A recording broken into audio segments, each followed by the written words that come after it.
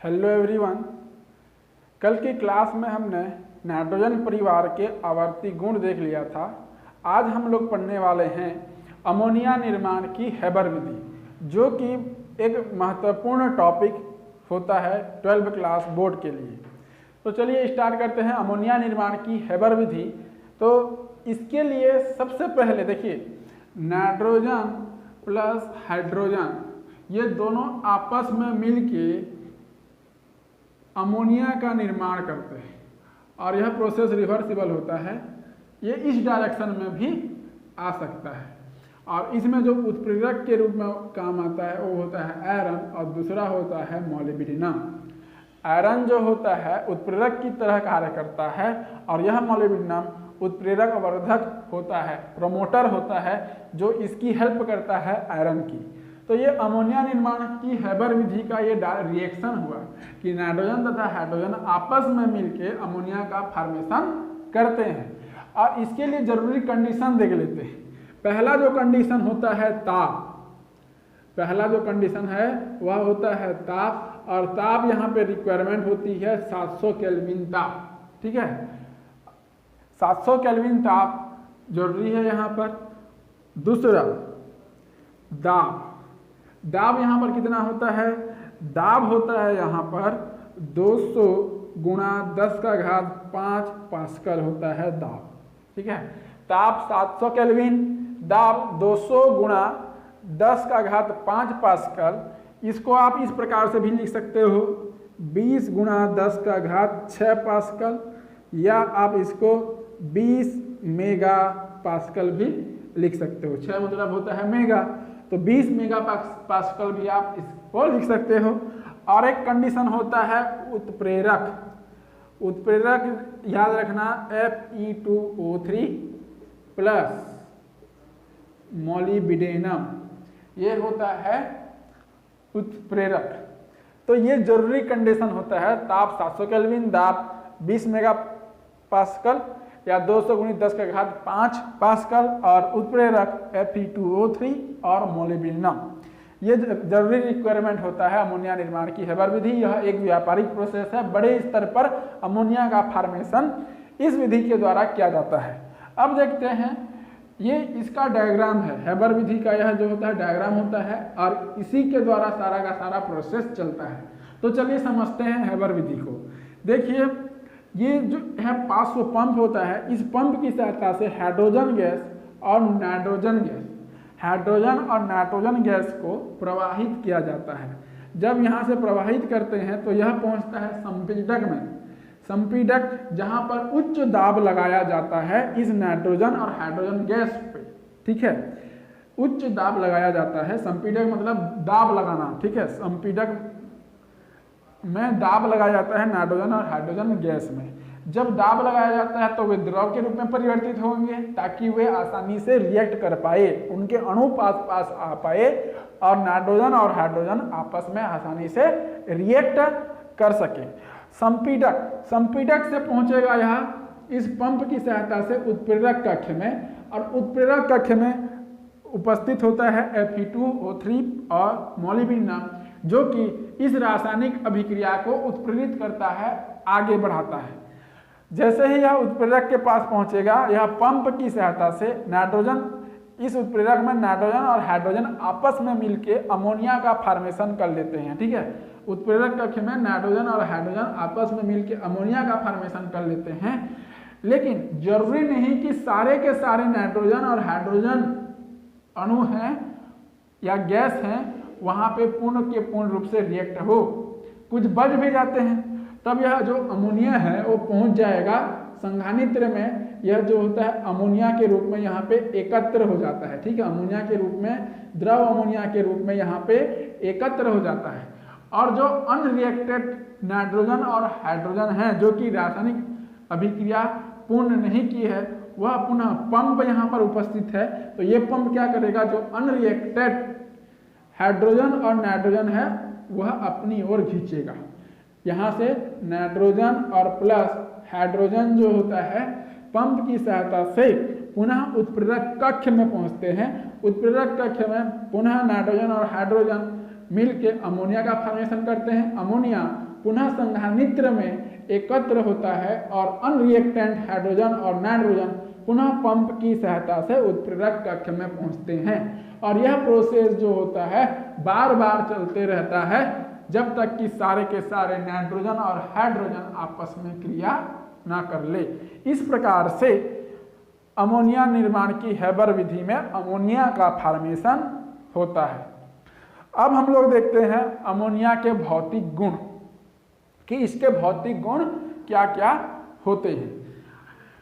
ये हैबर विधि किस प्रकार से होता है आपको समझ में आया होगा। तो चलिए देखते हैं इसके भौतिक गुण। भौतिक गुण के बाद हम लोग देखेंगे इसके उपयोग क्या क्या होते हैं और उपयोग के पश्चात हम देखेंगे तथ्यात्मक और बोधात्मक प्रश्न, जो कि कल की क्लास में हमने जो भी कॉन्सेप्ट पढ़ा था उससे रिलेटेड तथ्यात्मक और बोधात्मक प्रश्न देखेंगे। तो अभी हम लोग देखेंगे अमोनिया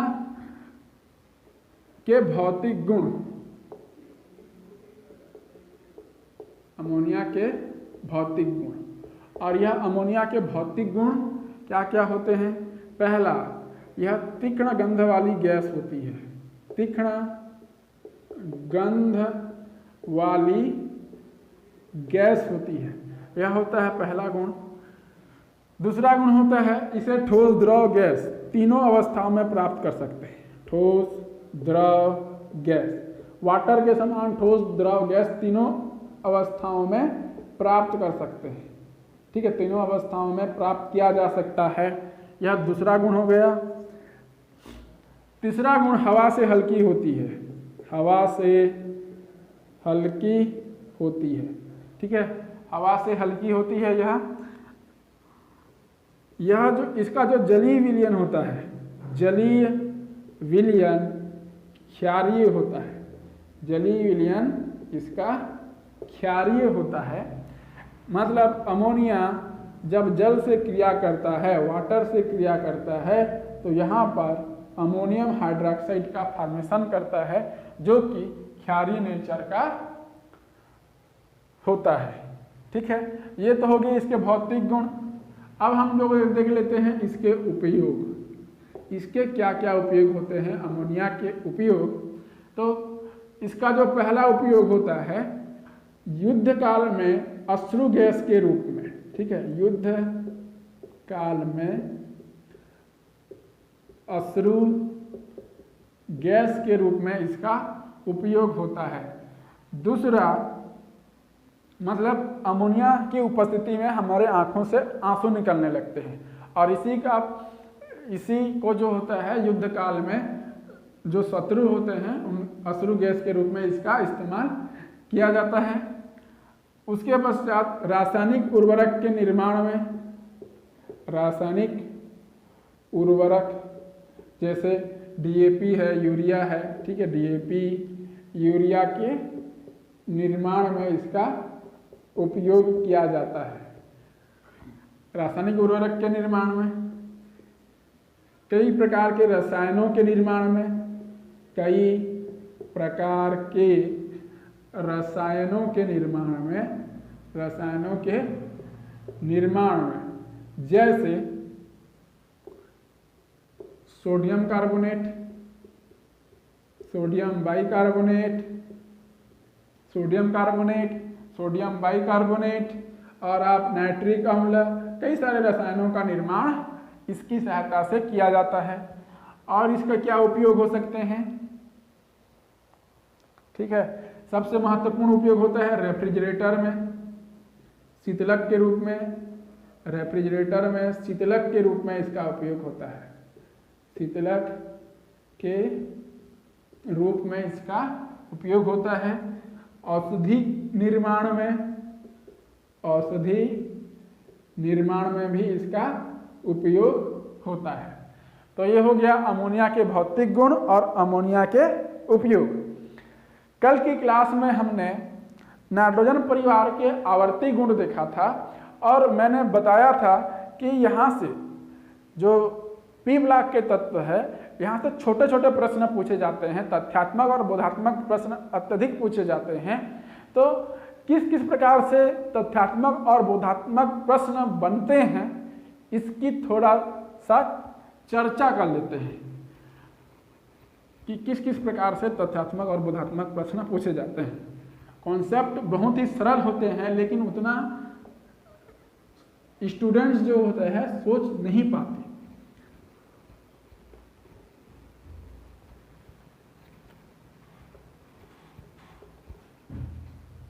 तो कुछ एग्जाम्पल देख लेते हैं, कुछ प्रश्न बनाता हूं यहां पर कि किस किस प्रकार से प्रश्न होता है।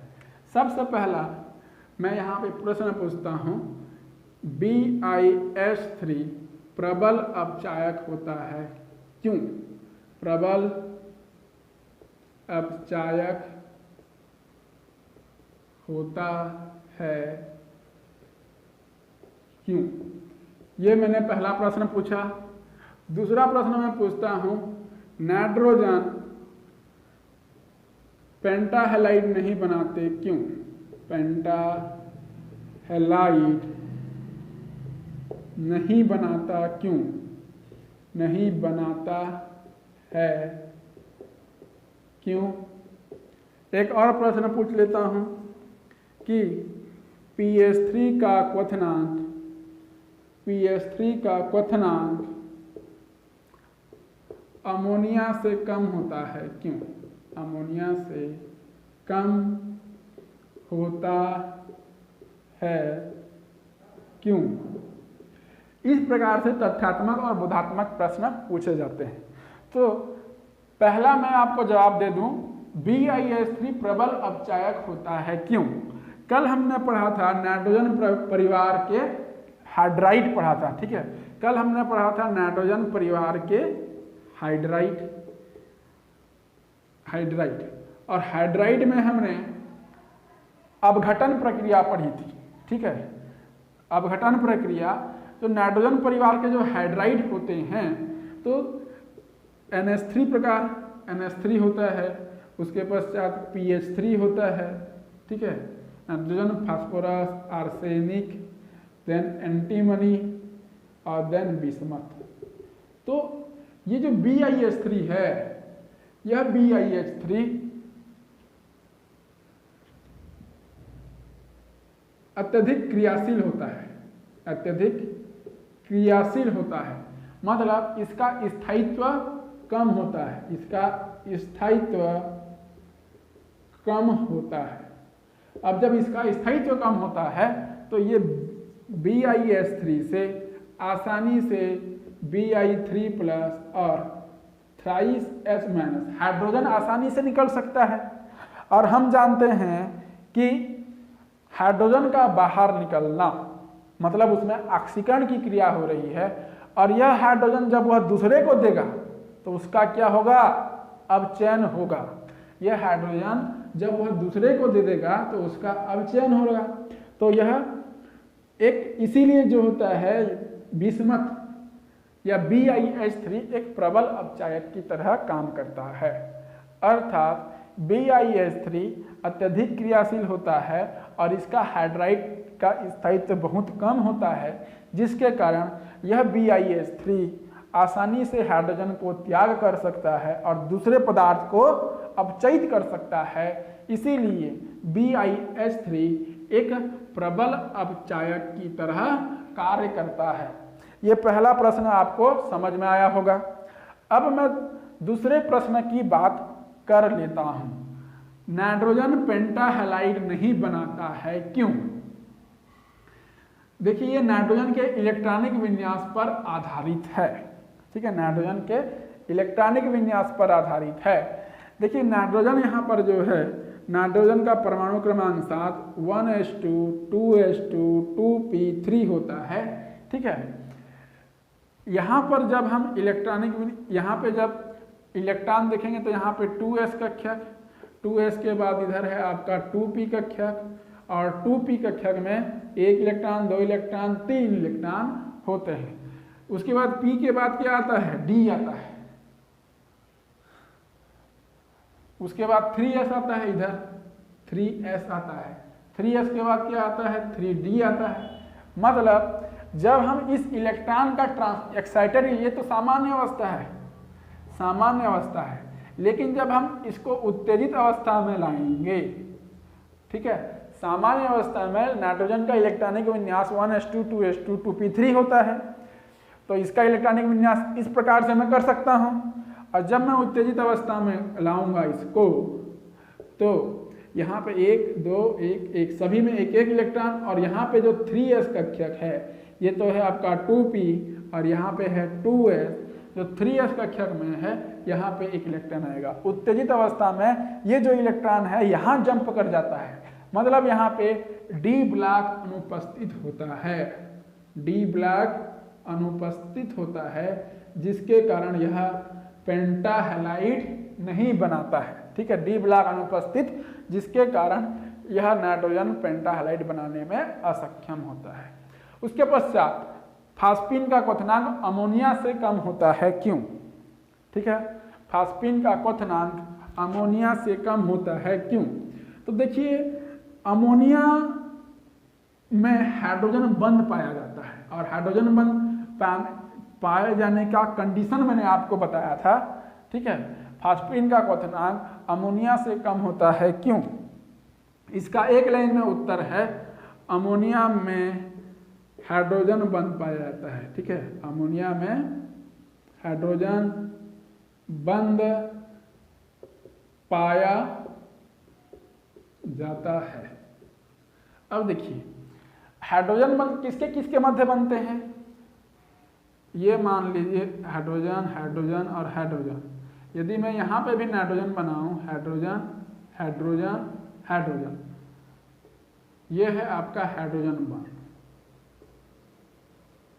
हाइड्रोजन बंध, मतलब हाइड्रोजन और नाइट्रोजन, हाइड्रोजन और नाइट्रोजन के मध्य हाइड्रोजन बंध पाया जाता है, परंतु यहाँ पे जो फास्फीन है PH3, फास्फोरस हो गया यहाँ पे, ये भी हाइड्रोजन हाइड्रोजन और हाइड्रोजन, इसके मध्य नो हाइड्रोजन बंध, ठीक है, नो हाइड्रोजन बंध, ठीक है। देखिए अमोनिया में हाइड्रोजन बंध पाया जाता है, और हाइड्रोजन बंध पाए जाने का मात्र एक ही कंडीशन होता है कि हाइड्रोजन अपने से प्रबल विद्युत ऋणी, वो भी केवल नाइट्रोजन, ऑक्सीजन और फ्लोरीन, इन तीनों के साथ हाइड्रोजन बंध बनाता है, और उसी बंध को हम लोग हाइड्रोजन बंध कहते हैं। तो अमोनिया में हाइड्रोजन बंध पाया जाता है, जिसके अणु पास पास आ जाते हैं, और उनको जब ताप दिया जाता है तो आसानी से नहीं टूटते, जिसके कारण अमोनिया का जो क्वथनांक होता है इससे अधिक होता है। जबकि फास्फीन में नो हाइड्रोजन बंध, हाइड्रोजन बंध यहाँ पर नहीं पाया जाता, और अणु ऑलरेडी दूर दूर होते हैं, उसको थोड़ा सा भी ताप दे देंगे तो वह तुरंत विघटित हो जाता है। तो इस प्रकार से प्रश्न पूछा जाता है एग्जाम में। तो आज के क्लास में बस इतना ही। जय हिंद, जय भारत, जय छत्तीसगढ़।